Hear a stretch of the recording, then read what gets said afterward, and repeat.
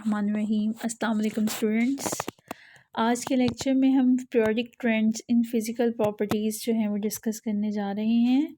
इससे पहले कि मैं लेक्चर का बाकायदा जो है वो आगाज़ करूं, आप लोगों से जो है वो एक बात कहूँगी कि ये लेक्चर्स जो हैं ये आपको यूट्यूब के channel chemistry info with Anila पे अवेलेबल हैं। आप जो है चैनल को लाइक करें और सब्सक्राइब करें और नोटिफिकेशन आइकॉन को प्रेस करें ताकि आपको जो है वो लेटेस्ट वीडियोस के जो हैं वो नोटिफिकेशंस मिलते रहें। ओके स्टूडेंट्स, आज का लेक्चर जो है वो बाकायदा स्टार्ट करते हैं। लास्ट लेक्चर में हमने मॉडर्न पीरियोडिक टेबल को जो है वो डिस्कस किया था और उसमें मैंने आप लोगों को बताया था कि पीरियोडिक टेबल में एलिमेंट्स को in the ascending order of their atomic number arrange किया गया, यानी कि increasing order of atomic number के लिहाज से जो है वो अरेंज किया गया है। अब इसमें आप लोगों को पता है कि पीरियोडिक टेबल में वर्टिकल रोज़ भी हैं, ठीक है, वर्टिकल कॉलम्स आप कह सकती हैं, और हॉरिजॉन्टल रोज़ भी हैं, ठीक है। Vertical columns are basically groups and horizontal rows are periods. अब ये जो ग्रुप्स और पीरियड्स में अरेंजमेंट है एलिमेंट्स की, ये बेसिकली जो है वो इनकी सिमिलर प्रॉपर्टीज़ की बेसिस पे जो है वो की गई है। अब एक्चुअली होता कुछ यूँ है कि इनकी जो है वो प्रॉपर्टीज़ एक रेगुलर इंटरवल से जो है वो रिपीट हो रही होती हैं, तो इसकी वजह से जो है वो एलिमेंट्स को एक पर्टिकुलर ग्रुप या पीरियड के अंदर जो है वो रखा जाता है। अब जो है वो हम ये देखेंगे कि जैसे जैसे हम किसी ग्रुप में डाउनवर्ड जो है वो मूव करते हैं या किसी पीरियड में जो है वो क्रॉस द पीरियड मूव करते हैं, तो फिज़िकल प्रॉपर्टीज़ में जो है वो किस तरह का चेंज आता है। तो ये सब कुछ जो है वो हम periodic trends in physical properties के अंदर जो है वो डिस्कस करेंगे। इसमें हम बहुत सी डिफरेंट फ़िज़िकल प्रॉपर्टीज़ डिस्कस करेंगे, जैसे हम एटॉमिक साइज़ को डिस्कस करेंगे, इसमें हम आयोनाइजेशन एनर्जी को डिस्कस करेंगे, इलेक्ट्रॉन एफिनिटी को डिस्कस करेंगे, इसके अलावा metallic and non metallic character, melting and boiling point, oxidation states, electrical conductance and hydration energy. ये 8 पॉइंट्स हैं जिनको हमने वन बाय वन डिस्कस करना है, लेकिन आज के लेक्चर में हम जस्ट जो है वो 3 पॉइंट्स को जो है वो डिस्कस करेंगे, जिसमें हम first of all atomic size को जो है वो डिस्कस करेंगे और एटॉमिक साइज़ के बाद हम जो है वो डिस्कस करेंगे आयोनाइजेशन एनर्जी को, और लास्ट में जो है वो हम डिस्कस करेंगे इलेक्ट्रॉन एफिनिटी को। सो आज का लेक्चर जो है वो स्टार्ट करते हैं।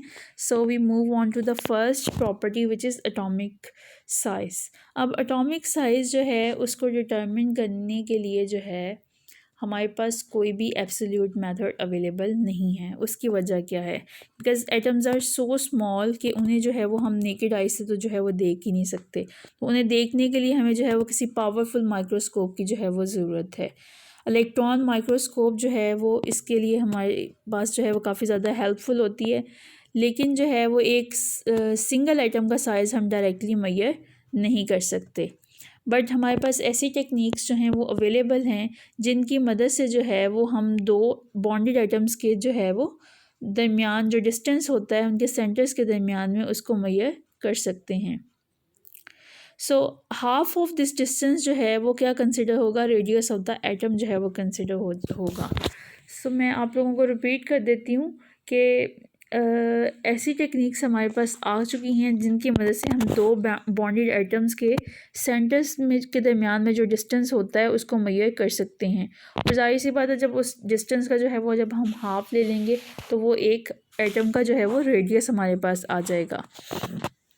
तो पीरियोडिक टेबल में जो है वो अगर हम ट्रेंड देखें कि किस तरह से जो है वो एटॉमिक रेडियस जो है वो इंक्रीज़ या डिक्रीज़ होता है along the period and down the group, तो ये दोनों चीज़ें जो है वो अब हम देखने जा रहे हैं। सबसे पहले हम डिस्कस करेंगे कि विद इन अ ग्रुप जो है ये डाउन द ग्रुप जो है वो क्या सिचुएशन होती है।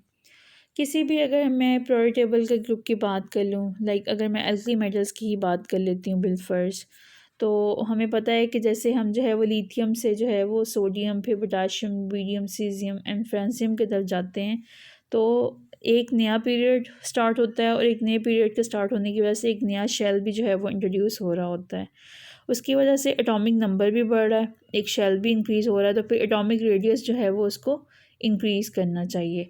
सो पहली जो है वो चीज़ यहाँ पे हमने क्या देखी है कि अगर जो है पहले हमने बात किसकी की है कि विद इन अ ग्रुप क्या होता है या डाउन द ग्रुप जो है वो पीरियोडिक ट्रेंड क्या है। दो तरह से जो है वो जब भी हमने पीरियोडिक ट्रेंड की बात करनी है तो इसे हमने दो तरह से डिस्कस करना है। हमने डाउन द ग्रुप जो है वो देखना है, या इसको आप विद इन अ ग्रुप भी कह सकती हैं। सो मैं ओब्लीक करके जो है वो दोनों को जो है वो एक्सप्लेन कर देती हूँ कि डाउन द ग्रुप या विद इन द ग्रुप जो है वो क्या सिचुएशन होगी। और दूसरा पॉइंट क्या होगा कि अलोंग द पीरियड या अक्रॉस अ पीरियड जो है वो इस प्रॉपर्टी का क्या ट्रेंड होगा। सो जब भी आपको ये क्वेश्चन आएगा कि what is the periodic trend of atomic radius या जो है वो आयनिक रेडियस या मेल्टिंग पॉइंट या बॉइलिंग पॉइंट या आयनाइजेशन एनर्जी या इलेक्ट्रॉन अफिनिटी, किसी का भी जो है इस तरह से शॉर्ट क्वेश्चन आए तो आपने उसे इन दोनों पॉइंट्स के साथ जो है वो डिस्कस करना है कि डाउन द ग्रुप क्या ट्रेंड होगा और अक्रॉस द पीरियड जो है वो क्या ट्रेंड होगा। सो अब मैं चूँकि आप लोगों को बता रही थी कि अगर हम कोई भी ग्रुप जो है वो उसको एग्ज़ाम्पल जो है वो ले लें, लाइक मैं अल्कली मेटल्स की एग्ज़ाम्पल ले लेती हूँ। अल्कली मेटल्स में जो है वो हमारे पास लिथियम है, ठीक है, फिर सोडियम है, पोटाशियम है, रुबीडियम, सीजियम एंड फ्रांसियम।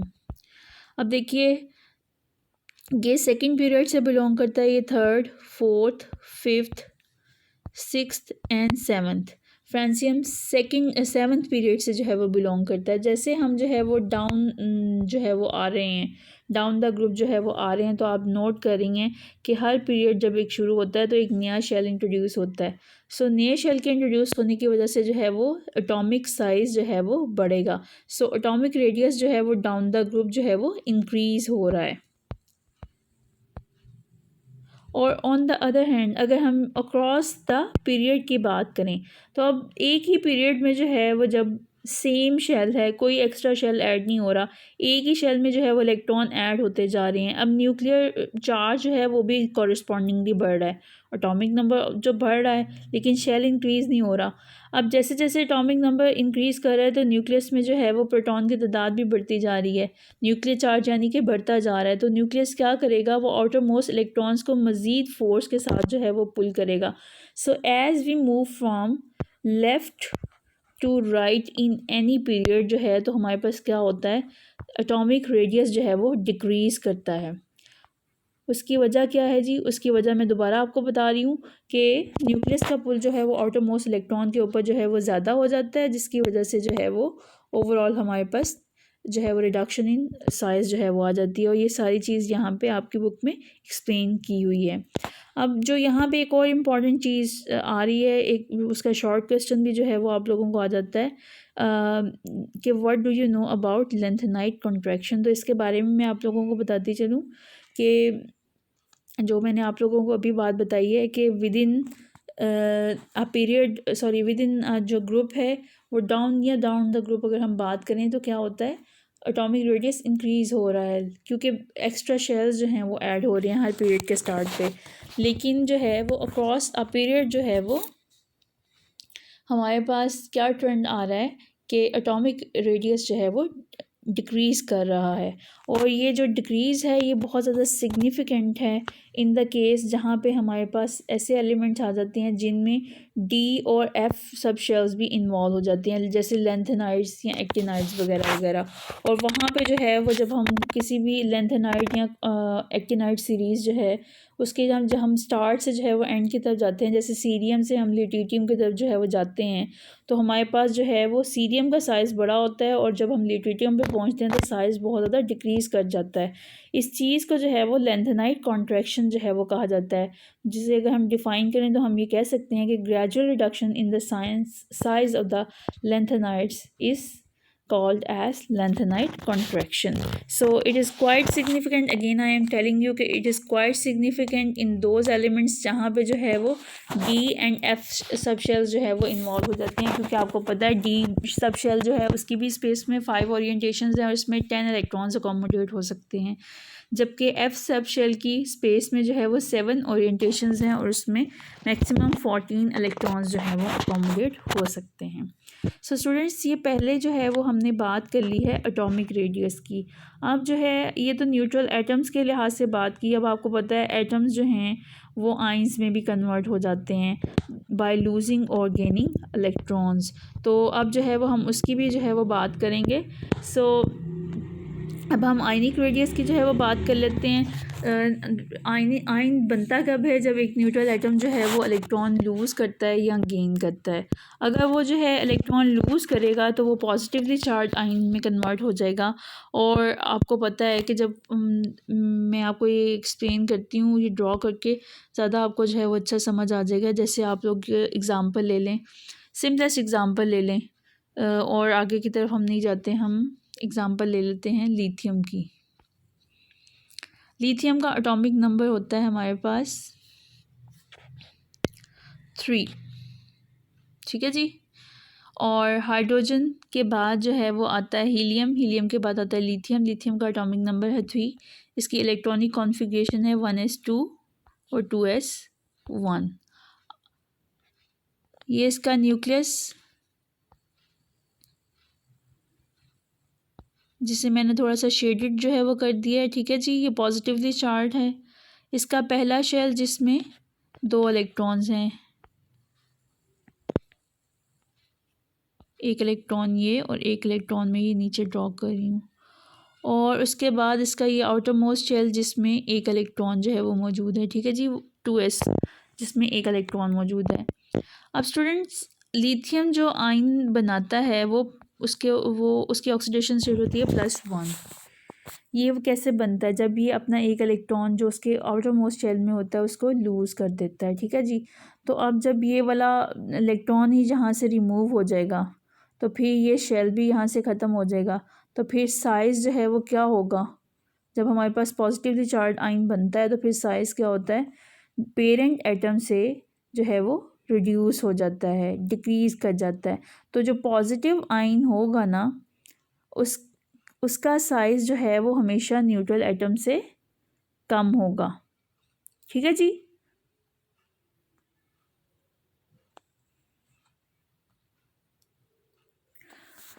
अब ऑन द अदर हैंड अगर जो है वो मैं बात करूँ नेगेटिवली चार्ज आयन की, सो नेगेटिव आयन जो है वो कैसे बनता है, जब जो है एक न्यूट्रल एटम 1 और मोर इलेक्ट्रॉन्स को गेन करता है। उसकी भी एग्जांपल जो है वो ले लेते हैं।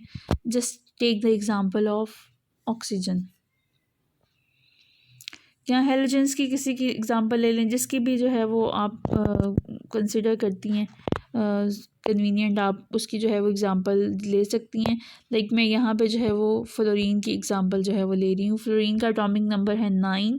इसकी इलेक्ट्रॉनिक कॉन्फ़िगरेशन हम लिखें तो वो बनती है जी 1s2 2s2 और 2p5, ठीक है जी। अब स्टूडेंट्स, इसमें जो है ये इसका वैलेंस शेल है, ठीक है। अब इसको अपना वैलेंस शेल कंप्लीट करने के लिए जस्ट एक इलेक्ट्रॉन जो है वो चाहिए। अगर 2p6 होता तो ही इसका जो है वो वैलेंस शेल कंप्लीट हो जाना था, यानी कि ऑक्टेट जो है वो इसका कंप्लीट हो जाना था। अगर इसको हम ड्रॉ करें तो इसमें कुछ इस तरह की सिचुएशन होगी। ये इसका मैंने न्यूक्लियस ड्रॉ कर दिया है, जिसे मैं ज़रा हाईलाइट कर रही हूँ। और उसके बाद जी ये पहला शेल जो कि न्यूक्लियस के करीब है, उसमें कितने इलेक्ट्रॉन्स हैं, उसमें 2 इलेक्ट्रॉन्स हैं, ठीक है जी। इस जो सर्कल जो मैं छोटे छोटे से ड्रॉ किए हैं। उसके बाद इसका नेक्स्ट शेल जो वैलेंस शेल है, जिसमें 8 इलेक्ट्रॉन्स होने चाहिए, लेकिन हैं कितने, 6 एंड जस्ट 7। एक इलेक्ट्रॉन इसमें जो है वो मिसिंग है। अब स्टूडेंट्स, यहाँ पे एक चीज़ जो है वो आपने नोट करनी है कि अब फ्लोरीन जो है वो पीरियोडिक टेबल का सबसे ज़्यादा इलेक्ट्रोनेगेटिव एलिमेंट है, और ये जो आयन बनाता है वो नेगेटिवली चार्ज आयन बनाता है, फ्लोराइड आयन। फ्लोराइड के ऊपर -1 जो है वो चार्ज होता है। जब हम कुछ भी खाली माइनस या प्लस का साइन लगाते हैं तो अंडरस्टूड होता है कि इसके साथ जो है वो 1 आ रहा है। अगर जो है वो 1 से ज़्यादा इलेक्ट्रॉन लूज़ या गेन होंगे तो फिर उसके साथ जो है वो हम कॉरेस्पॉन्डिंग नंबर जो है वो ज़रूर लिखेंगे, क्योंकि 1 अंडरस्टूड है इसलिए इसको समटाइम्स हम नहीं भी मेंशन जो है वो करते। तो F-1 आयन जिसे फ्लोराइड आयन कहते हैं, ये जब बनाना है तो फिर क्या करना पड़ेगा, जो है ये फ्लोरीन एटम जो है वो गैशियस स्टेट में, न्यूट्रल एटम इसका गैशियस स्टेट में जो है वो अपने आउटर मोस्ट शेल में, जिसे आप वैलेंस शेल भी कह सकती हैं, उसमें जो है वो एक इलेक्ट्रॉन ऐड करेगा। अब स्टूडेंट्स, जब ये इलेक्ट्रॉन ऐड होगा तो अब आप यहाँ पे एक चीज़ आपने नोट करनी है कि न्यूक्लियस में तो नंबर ऑफ़ प्रोटॉन्स उतने ही हैं, यानी कि कितने, 9। वो प्रोटॉन तो चेंज नहीं हुए, वो उनकी तादाद तो उतनी की उतनी ही रही है, लेकिन जो आउटर मोस्ट शेल हैं उसमें इलेक्ट्रॉन के जो है वो नंबर बढ़ गया है। अब प्रोटॉन्स जो हैं वो जस्ट 9 हैं, जबकि इलेक्ट्रॉन्स जो हैं वो 10 हो गए हैं। प्रोटॉन और इलेक्ट्रॉन की रेशो डिस्टर्ब हो गई। न्यूक्लियस का होल्ड जो है वो आउटर मोस्ट इलेक्ट्रॉन पे जो है वो कम हो गया। तो अब क्या होगा, जब न्यूक्लियस का होल्ड आउटर मोस्ट इलेक्ट्रॉन पे कम हो जाएगा तो ये शेल जो है वो आउटर मोस्ट शेल जो है, जिसे मैं एरो के साथ हाईलाइट करी हूँ, ये मज़ीद एक्सपैंड कर जाएगा लाइक दिस। सो जो है हमारे पास जब भी नेगेटिव आयन जो है वो बनेगा तो उसका साइज़ जो है वो पेरेंट एटम से बड़ा हो जाएगा। सो स्टूडेंट्स, ये यहाँ पे आपको जो है वो मैंने आयनिक रेडियस में दो बातें बताई हैं कि पॉजिटिवली चार्ज आयन कैटाइन जो है वो हमेशा साइज़ में पेरेंट एटम से जो है वो छोटा होता है, जबकि नेगेटिवली चार्ज आयन जिसे एनाइन जो है वो कहा जाता है वो हमेशा साइज़ में पेरेंट एटम से बड़ा होता है। और इसकी वजह भी जो है वो मैं आप लोगों को बता दी है। अब आपकी जो है वो बुक में ये कुछ एग्ज़ाम्पल्स भी दी गई हैं, उसको भी हम जो है वो साथ में डिस्कस कर लेते हैं। सो स्टूडेंट्स, ये ज़रा इस पे फोकस कीजिएगा, मैं लाइंस को ज़रा अंडरलाइन कर देती हूँ कि ये आपकी बुक में बताया हुआ है कि सोडियम का जो रेडियस है उसकी वैल्यू 157 पिकोमीटर है। ये वैल्यू यहाँ पे गलत मेंशन की हुई है, actually it's 227 picometre, it's not 157। तो इसकी करेक्शन जो है वो कर लीजिएगा, ठीक है जी। And the radius of sodium ion जो है वो कितना है, 95 पिकोमीटर, ये भी गलत बताइए, इट्स एक्चुअली 102 पिकोमीटर। सो इसकी करेक्शन जो है वो अपनी कॉरेस्पॉन्डिंगली बुक में जो है वो कर लीजिएगा। सो आपको इन वैल्यू से भी पता चल रहा है कि न्यूट्रल सोडियम एटम जो है वो लार्जर इन साइज़ है, जबकि सोडियम का आयन जिस पे +1 चार्ज है वो स्मॉलर इन साइज़ है। जबकि इसी तरह से जो मैंने अभी आपको नेगेटिवली चार्ज आयन की जो है वो एग्जांपल बताई है कि हमेशा जो है वो पेरेंट एटम से बिगर होता है साइज़ में, तो उसकी भी जो है वो एग्जांपल आपको बताई हुई है। रेडियस ऑफ फ्लोरीन एटम जो है वो 72 पिकोमीटर है, जबकि फ्लोराइड आयन का जो है वो रेडियस 136 पिकोमीटर होता है, because it is larger in size as compare to the neutral atom जिससे ये बनता है। सो स्टूडेंट्स, ये तो आप लोगों को जो है वो कुछ एक्सप्लेन कर दिया है मैंने किसके बारे में, आयनिक रेडियस के जो है वो बारे में। अब जो है वो थोड़े से हम इसकी डिटेल फर्दर भी जो है वो देख लेते हैं। ये पहली फिगर 1.1 पे जो है वो गौर कीजिएगा। इस फिगर में जो है वो एक ग्राफ आपको नज़र आ रहा है बिटवीन एटॉमिक नंबर जो कि हमने एक्स एक्सिस पे लिया है, और एटॉमिक एंड आयनिक रेडियाई जो हमने वाई एक्सिस के अलॉन्ग जो हैं वो लिए हैं, ठीक है जी। एक्स एक्सिस के अलॉन्ग एटॉमिक नंबर है और वाई एक्सिस के अलॉन्ग जो है वो एटॉमिक एंड आयनिक रेडियस लिए हैं। ये है हमारे पास अल्कली मेटल्स। अल्कली मेटल्स के मैंने भी आपको थोड़ी देर पहले बताया था कि they are lithium, sodium, potassium, rubidium, caesium and francium Fr। Francium यहाँ पे मिसिंग है because of its radioactive nature, so we just considering the first 5 ones here, so just look at them। जैसे हम जो है वो जा रहे हैं ग्रुप में डाउनवर्ड, तो आप देख रही हैं कि साइज़ जो है वो बढ़ता जा रहा है। लिथियम से सोडियम का साइज़ बड़ा है, सोडियम से पोटाशियम का बड़ा है, पोटाशियम से रुबीडियम का बड़ा है, और फिर सीजियम का उससे बड़ा है। और सेम चीज़ जो है वो हम आयंस के केस में भी जो है वो ऑब्ज़र्व करेंगे। लेकिन आप जो है ये चीज़ नोट कर रही होंगी कि लिथियम का आयन जो है वो लिथियम की निस्बत जो है वो साइज़ में छोटा है।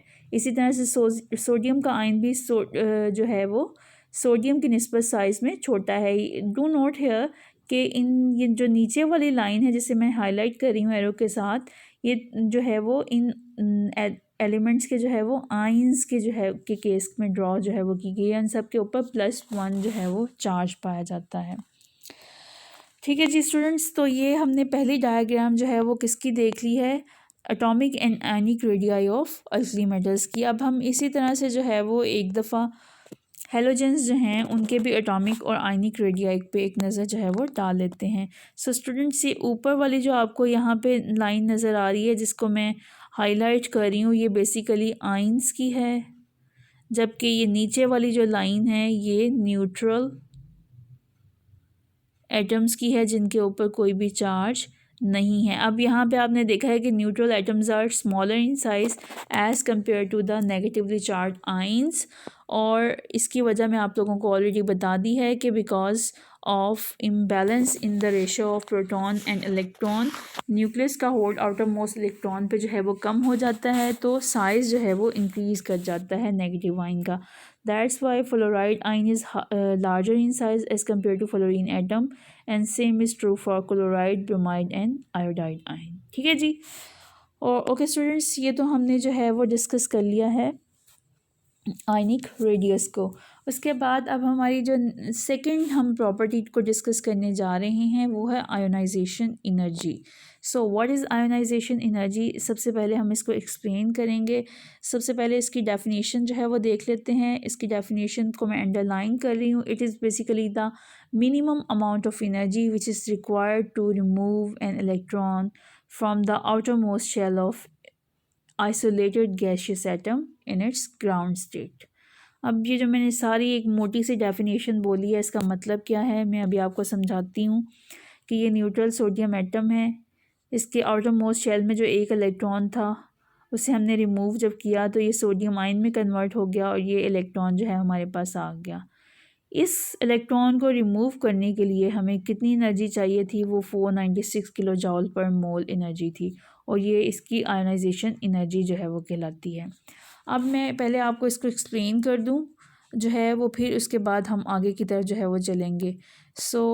ये जो है वो अगेन एग्जांपल जो है वो देखिए सोडियम की। सोडियम का एटॉमिक नंबर होता है 11। इलेक्ट्रॉनिक कॉन्फ़िगरेशन देखें तो ये बनती है 1s2, 2s2, 2p6 and 3s1। अब ये काउंट कर लें कि क्या ये जो है वो 11 बन गए हैं। 2 + 2 4, 4 + 6 10 एंड +1 11। ठीक है जी, तो 11 इसके हो गए। अब जो है वो इसको हम ड्रॉ कर लेते हैं ज़रा इसका स्ट्रक्चर। ये इसका न्यूक्लियस जिसे मैं पॉजिटिव चार्ज के साथ जो है वो इंडिकेट कर देती हूँ। ठीक है, समटाइम्स ये पेन जो है वो लिखते में प्रॉब्लम करता है स्क्रीन के ऊपर। ये मैं अगेन आप लोगों को बता दूं कि ये पॉजिटिव साइन जो है वो किसके लिए लगाया है मैंने? न्यूक्लियस को शो करने के लिए। ये फर्स्ट शेल जिसमें 2 इलेक्ट्रॉन्स हैं। ठीक है जी,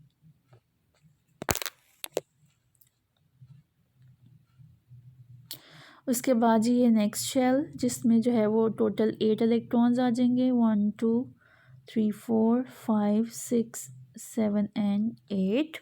और उसके बाद ये थर्ड शेल जिसमें एक इलेक्ट्रॉन जो है वो मौजूद है। अब ये न्यूट्रल एटम मैंने आप लोगों के सामने जो है वो ड्रॉ किया है सोडियम का।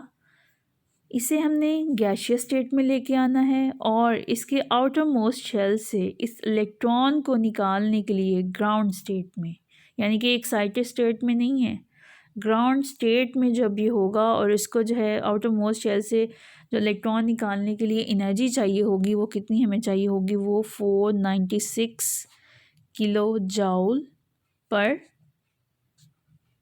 मोल जो है वो होगी, और ये इसकी आयोनाइजेशन एनर्जी जो है वो कहलाती है। अब चूँकि सोडियम के आउटर मोस्ट शेल में सिर्फ एक ही इलेक्ट्रॉन है, इसलिए इसकी सिर्फ एक ही आयोनाइजेशन एनर्जी जो है वो होगी। अब जिनके वैलेंस शेल में 2 या 2 से ज़्यादा इलेक्ट्रॉन होंगे उनकी कॉरस्पॉन्डिंग आयोनाइजेशन एनर्जीज भी ज़्यादा होंगी, जिन्हें हम बिलतरतीब first, second and third ionisation energies जो हैं वो कहेंगे।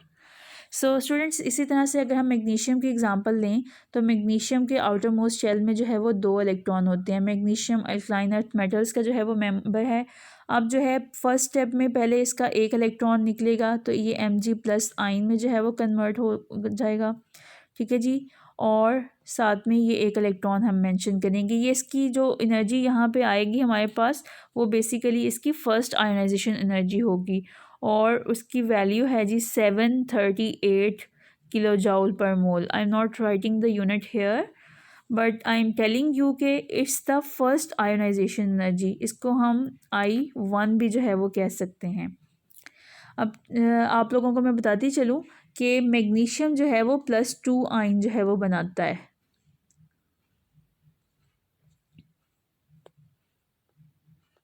Mg+2 आयन जो है वो बनाता है। अब जो है पहले स्टेप में आपने देखा है कि हमने Mg+1 आयन जो है वो बनाया है। अब जब इसके आउटर मोस्ट शेल से दूसरा इलेक्ट्रॉन जो है जब निकलेगा तो फिर ये Mg+2 आयन में जो है वो कन्वर्ट होगा। अब इस पे 2 पॉजिटिव चार्जेस जो हैं वो आ जाएंगे और साथ में हम सेकंड इलेक्ट्रॉन जो है वो मेंशन करेंगे। अब इसकी जो I2 की वैल्यू जो है वो आएगी हमारे पास, वो होगी 15 किलो जाउल पर मोल। अब स्टूडेंट्स आपने ये नोट करना है कि पहली एनर्जी की वैल्यू जो आई थी I1 वो हमारे पास थी 738 किलो जॉल पर मोल। अब ये इससे जो है वो तकरीबन डबल है इसकी वैल्यू सेकंड आयोनाइजेशन एनर्जी की। इसका मतलब ये है कि सेकंड इलेक्ट्रॉन को निकालने के लिए ज़्यादा एनर्जी चाहिए। वाई, उसकी रीज़न भी मैं आपको बता देती हूँ कि जो है वो न्यूक्लियस में अब प्रोटॉन का नंबर जो है वो बढ़ जाएगा और प्रोटॉन जो है वो रिमेनिंग नंबर ऑफ़ इलेक्ट्रॉन्स को मज़ीद फ़ोर्स के साथ जो है वो पुल करेंगे और फिर जो सेकंड इलेक्ट्रॉन को जब निकालना होगा तो उसके लिए फिर हमें पहले वाले इलेक्ट्रॉन की निस्बत ज़्यादा एनर्जी जो है वो चाहिए होगी। तो स्टूडेंट्स ये तो मैंने आप लोगों को कॉन्सेप्ट जो है वो दे दिया कि व्हाट इज़ आयोनाइजेशन एनर्जी।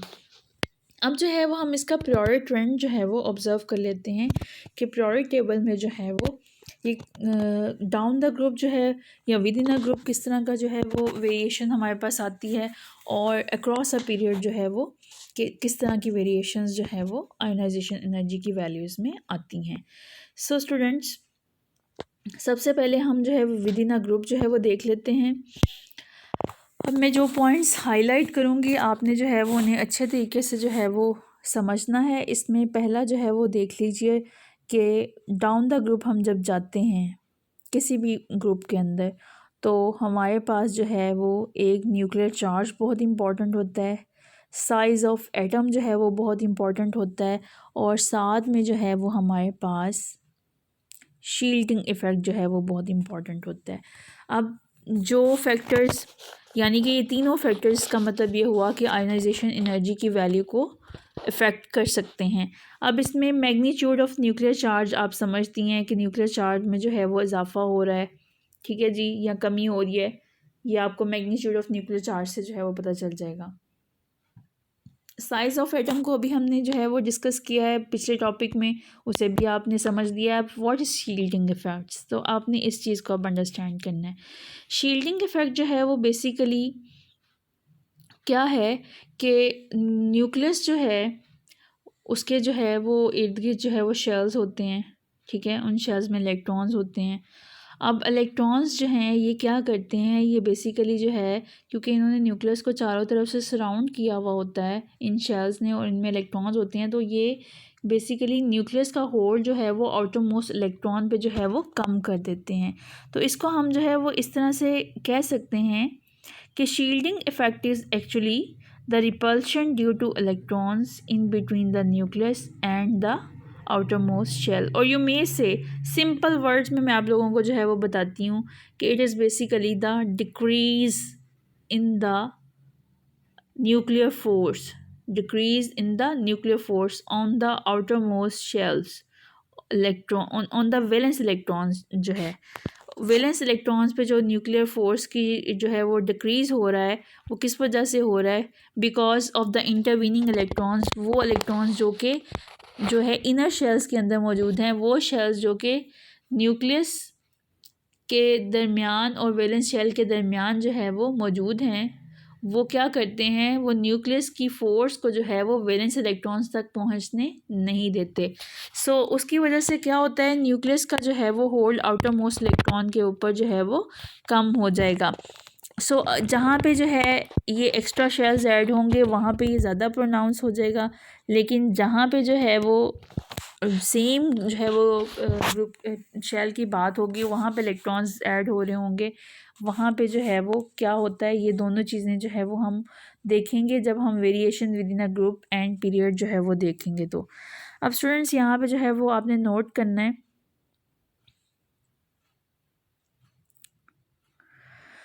जैसे हम किसी भी ग्रुप में जो है वो डाउनवर्ड मूव करते हैं तो न्यूक्लियर चार्ज इंक्रीज़ होता है, क्योंकि जो है वो एक तो एटॉमिक नंबर बढ़ रहा होता है और इसी वजह से जो है वो साइज़ ऑफ एटम भी जो है वो बढ़ रहा होता है और नंबर ऑफ़ इलेक्ट्रॉन जो कि शील्डिंग इफ़ेक्ट काज करते हैं वो भी जो है वो बढ़ जाते हैं। सो इसकी वजह से क्या होता है, न्यूक्लियस का होल्ड आउटर मोस्ट इलेक्ट्रॉन्स पे कम हो जाता है और आयोनाइजेशन एनर्जी जो है वो विद इन अ ग्रुप जो है वो टॉप टू बॉटम डिक्रीज़ करती है। इसलिए जो है वो अल्कली मेटल्स के केस में जो है वो ये कहा जाता है कि जब हम जो है वो लिथियम से सीज़ियम या फ्रांसियम की तरफ जो है वो मूव करते हैं तो सीज़ियम का इलेक्ट्रॉन जो है वो रिमूव करना ज़्यादा इजी है as compare to the lithium के। सो स्टूडेंट्स ये आपको जो है वो साथ में एक ग्राफ नज़र आ रहा होगा फिगर 1.3 में, जिसमें एटॉमिक नंबर के वर्सेस जो है वो आयनाइजेशन एनर्जीज़ की वैल्यू को प्लॉट किया गया है। और इसमें आप नोट कर सकती हैं कि लिथियम की आयनाइजेशन एनर्जी की वैल्यू हायर है, बट जैसे हम डाउन द ग्रुप जो है वो मूव करते हैं टुवर्ड्स सीज़ियम या फ्रांसियम तो ये ग्रेजुअली जो है वो डिक्रीज़ होती जा रही है। So again I would repeat कि डाउन द ग्रुप होता क्या है, किस तरह से जो है वो magnitude of nuclear charge, size of the atom और शील्डिंग इफेक्ट जो है वो इन वैल्यूज़ को इफेक्ट करता है। तो दोबारा से इसको सुन लें कि जब हम किसी भी ग्रुप में डाउनवर्ड मूव करते हैं तो न्यूक्लियर चार्ज इंक्रीज़ करता है, ठीक है जी, लेकिन साथ साथ साइज़ भी जो है वो इंक्रीज़ कर रहा होता है एटम का, और साथ में शील्डिंग इफ़ेक्ट भी जो है वो भी बढ़ रहा होता है। तो उसकी वजह से क्या होता है, न्यूक्लियस का होल्ड आउटर मोस्ट इलेक्ट्रॉन्स पे कम हो जाता है, तो उस इलेक्ट्रॉन को जो है वो आउटर मोस्ट शेल से रिमूव करवाने के लिए फिर कम एनर्जी चाहिए होगी, इसलिए आयोनाइजेशन एनर्जी जो है वो डाउन द ग्रुप डिक्रीज़ होती है। सो स्टूडेंट्स इसको जो है वो आप होपफुली अंडरस्टैंड जो है वो कर लिया होगा। अब हम यही वाला ट्रेंड जो है वो अक्रॉस अ पीरियड भी जो है वो देखेंगे। तो अक्रॉस अ पीरियड जो है वो हमारे पास क्या ट्रेंड आता है, उसमें आपने अब अगेन इन्हीं 3 पॉइंट्स के हवाले से बात करनी है। अब जो है यहाँ पे देखें कि smaller the atom with greater nuclear charge, more strongly the electrons are bound to the nucleus and hence higher the ionization energy of the atom। अब जब पीरियड में हम एक पीरियड में मूव कर रहे हैं तो वहाँ पे हमने ये देखा है कि जैसे कोई भी जो है वो एग्जांपल ले लें, लाइक हमारे पास सेकंड जो है वो पीरियड में कौन कौन से एलिमेंट्स आ रहे हैं वो मैं आप लोगों के सामने यहाँ पे लिख देती हूँ। लिथियम सबसे पहले आ रहा है हमारे पास, उसके बाद आ रहा है बेरिलियम आ रहा है हमारे पास, उसके बाद बोरॉन आ रहा है, फिर कार्बन है, फिर नाइट्रोजन है, फिर ऑक्सीजन के बाद फ्लोरीन है, और फ्लोरीन के बाद हमारे पास है नियॉन। ये मैंने सेकंड जो है वो पीरियड आपके पास जो है वो लिख दिया। जब हम जो है वो किसी भी पीरियड में जो है वो लेफ़्ट से राइट की तरफ जो है वो मूव करते हैं तो फिर जो है वो आयनाइजेशन एनर्जी की वैल्यू में इंक्रीज़ हो रहा होता है।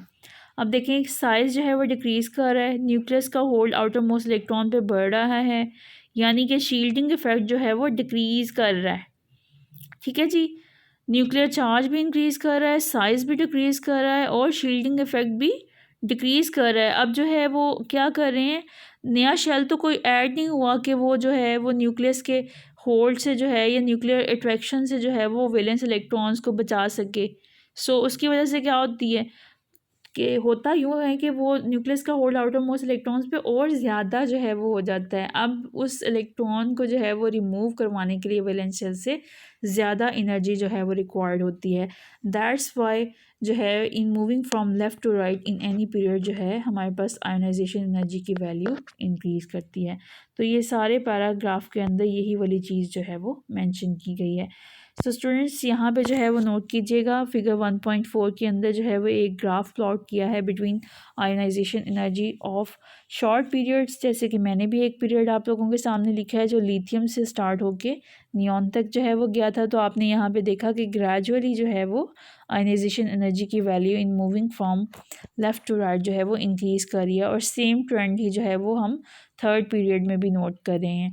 फर्स्ट में ये ट्रेंड था, ये सेकेंड में, और ये थर्ड पीरियड में जो है ये ट्रेंड शो किया हुआ है कि ग्रेजुअली जो है वो वैल्यूज़ इंक्रीज़ कर रही हैं। जहाँ पे आपको कोई एनॉमली या एबनॉर्मल बिहेवियर नज़र आ रहा होगा वो किसी एलिमेंट की पर्टिकुलर प्रॉपर्टी की वजह से जो है वो हो सकता है, वरना एक जनरल ट्रेंड यही है कि in moving from left to right in a period जो है वो क्या होता है, आयनाइजेशन एनर्जी की वैल्यू इंक्रीज़ कर जाती है। सो स्टूडेंट्स इसके साथ ही जो है वो आयनाइजेशन एनर्जी की वैल्यू को भी हमने टॉपिक को भी हमने जो है वो एक्सप्लेन कर दिया। अब लास्ट में जो हमारा थर्ड टॉपिक है which is about electron affinity, आज का हमारा थर्ड टॉपिक, उसको जो है वो हम डिस्कस करने जा रहे हैं। सो इलेक्ट्रॉन एफिनिटी को सबसे पहले डिफ़ाइन कर लेते हैं. It is basically the energy released और absorbed when an electron is added to a gaseous atom to form a negative ion.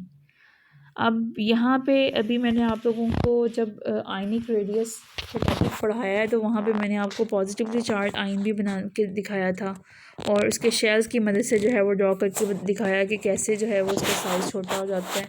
और आप लोगों को वहाँ पे ये भी आइडिया हो गया होगा कि जब हमने इलेक्ट्रॉन रिमूव करवाना है तो हमें खुद से एनर्जी देनी पड़ेगी, यानी कि प्रोसेस एंडोथर्मिक होगा.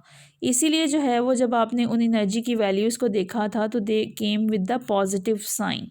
सो वो प्रोसेस जिसमें हम एनर्जी जो है वो खुद से प्रोवाइड करेंगे वो एंडोथर्मिक रिएक्शन होगा और उसकी एनर्जी को पॉजिटिव साइन के साथ लिखा जाएगा. बट ऑन द कॉन्ट्ररी अगर जो है ये एक्सोथर्मिक रिएक्शन हो, एक्सोथर्मिक रिएक्शन कौन सा होता है जिसमें हीट एनर्जी रिलीज़ होती है, तो जब रिएक्शन जो है वो खुद से एनर्जी को इवॉल्व करेगा तो that would come with the negative sign. So अब इलेक्ट्रॉन एफिनिटी की जो है वो आपने केस में ये नोट करना है कि बेसिकली एनर्जी रिलीज़ भी हो सकती है या एब्जॉर्ब भी हो सकती है. जब फर्स्ट इलेक्ट्रॉन एफिनिटी होगी यानी कि पहला इलेक्ट्रॉन एब्जॉर्ब होगा तो एनर्जी रिलीज़ होगी, वो नेगेटिव साइन के साथ आएगी. लेकिन जब ऑलरेडी एक यूनी नेगेटिव आयन के अंदर आप मज़ीद इलेक्ट्रॉन जो है वो ऐड करवाएंगी तो फिर जो है वो क्या हमें होगा, हमें खुद से एनर्जी देनी पड़ेगी. And this is quite evident from the example of oxygen. Oxygen O-2 ion जो है वो बनाता है, ठीक है जी. तो ये भी 2 स्टेप में बनता है. ये इसकी फ़र्स्ट इलेक्ट्रॉन एफिनिटी की वैल्यू है जिसमें ये 141 किलो जो पर मोल एनर्जी जो है वो रिलीज़ करता है. बट जब हमने जो है वो इसको डाई नेगेटिव आयन में कन्वर्ट करना होता है यूनी नेगेटिव आयन को, तो जब सेकंड इलेक्ट्रॉन जो है वो को एब्जॉर्ब करता है O-2 आयन बनाने के लिए, तो फिर क्या होता है, हमें खुद से 780 किलो जॉल पर मोल एनर्जी जो है वो देनी पड़ती है. अब उसकी वजह क्या है, अब उसकी वजह मैं आप लोगों को अगेन बताती चलूँ कि न्यूक्लियस में, जैसा कि अभी मैंने आप लोगों को पहले भी आयनिक रेडियस वाले टॉपिक में भी बता दिया है कि देखें न्यूक्लियस में प्रोटॉन की रेशो जो है वो चेंज नहीं हो रही, दैट इज़ अनचेंज्ड. अब चेंज क्या हुआ है, नंबर ऑफ़ इलेक्ट्रॉन्स जो हैं वो चेंज हो रहे हैं, वो बढ़ रहे हैं और प्रोटॉन्स जो हैं वो उतने के उतने ही हैं, यानी कि प्रोटॉन्स तो 8 के 8 ही हैं. इलेक्ट्रॉन्स अब कितने हो गए हैं, जब इसने 1 इलेक्ट्रॉन एब्जॉर्ब किया तो 9 हो गए, जब 2 कर लिए तो 10 हो गए. अब न्यूक्लियस का होल जो है वो बेसिकली क्या हुआ है, न्यूक्लियस जो है वो बेसिकली अब उसका होल्ड एक तो जो है वो कम हुआ है आउटर मोस्ट इलेक्ट्रॉन्स के ऊपर, साइज़ जो है वो बढ़ गया है. अब क्या हुआ, इलेक्ट्रॉन्स की आपस में जो है वो रिपल्शन जो है वो हो गई. अब उस रिपल्शन को जो है वो ओवरकम करने के लिए हमें क्या करना पड़ेगा, हमें मज़ीद एनर्जी जो है वो खुद से प्रोवाइड करनी पड़ेगी. अब सेकंड इलेक्ट्रॉन जब ऐड होगा तो उसके केस में एनर्जी इवॉल्व नहीं होगी बल्कि एब्जॉर्ब होगी टू ओवरकम दोज रिपल्शंस जो कि अब इलेक्ट्रॉन और इलेक्ट्रॉन के दरमियान में जो है वो हो रही हैं. अब जब वो रिपल्शंस ओवरकम होंगी तभी जो है वो सेकंड इलेक्ट्रॉन आके ऐड होगा. ठीक है जी. तो स्टूडेंट्स होप्स हो कि आप लोगों को इलेक्ट्रॉन एफिनिटी का कॉन्सेप्ट भी जो है वो समझ में आ गया होगा. अब मैं ज़रा आप लोगों को थोड़ा सा बताती चलूँ कि इलेक्ट्रॉन एफिनिटी की वैल्यू जो है वो किन फैक्टर्स के ऊपर जो है वो डिपेंड करती है. ये साइज़ ऑफ एटम के ऊपर जो है वो डिपेंड करती है, न्यूक्लियर चार्ज के ऊपर डिपेंड करती है और vacancies in the outermost shell के ऊपर जो है वो डिपेंड करती है, यानी कि आउटर मोस्ट शेल में कितने इलेक्ट्रॉन्स जो है वो आ सकते हैं.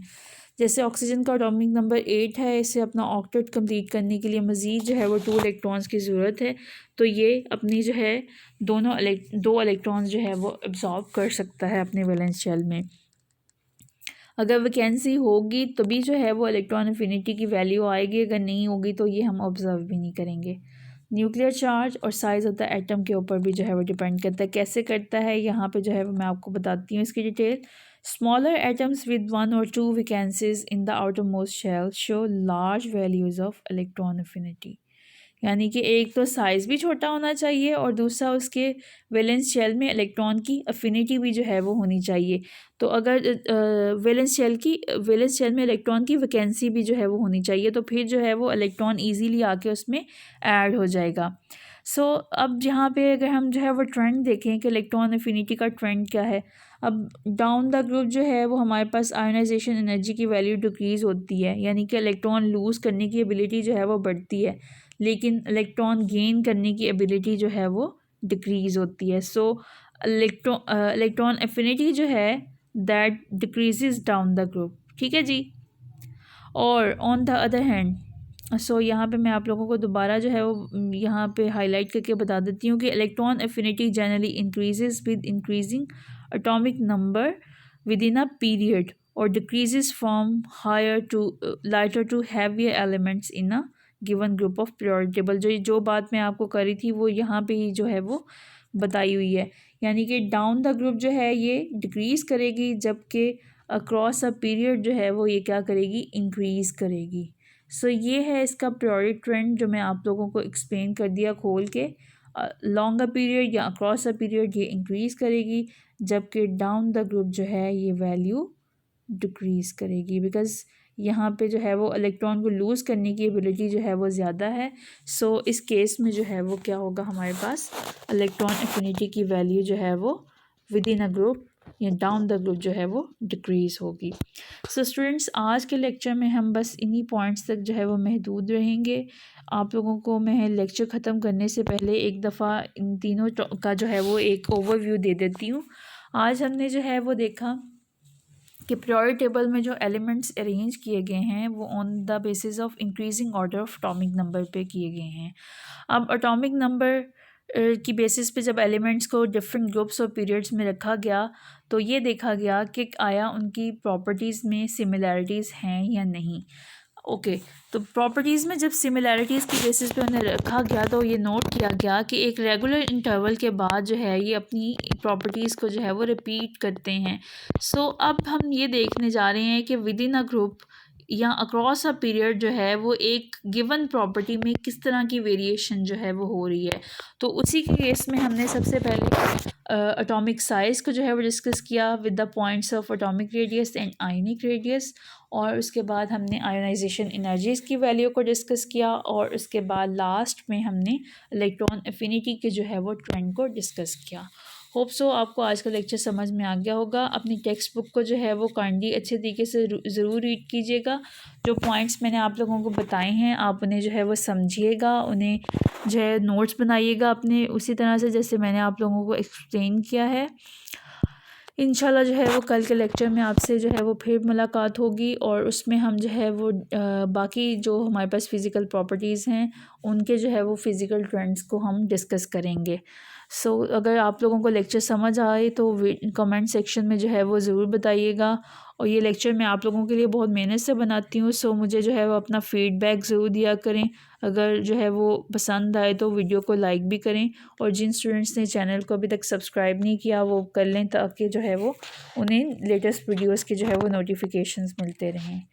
इंशाल्लाह स्टूडेंट्स, फिर आपसे मुलाकात होगी, तब तक के लिए अल्लाह हाफ़िज़।